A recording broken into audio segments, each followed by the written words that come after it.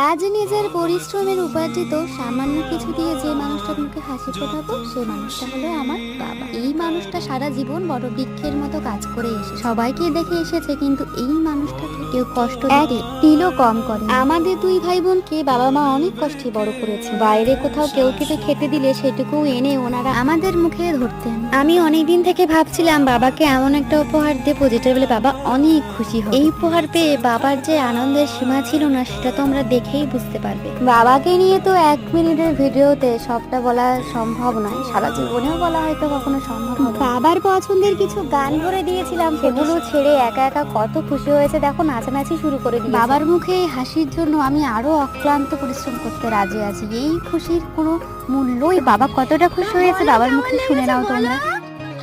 মুখে বলো জীবনটা ধন্য। তোমার মেয়ের পক্ষ থেকে এটা কিন্তু টাকা পয়সা সব তোমার মানে না। কেন নিয়ে নাও।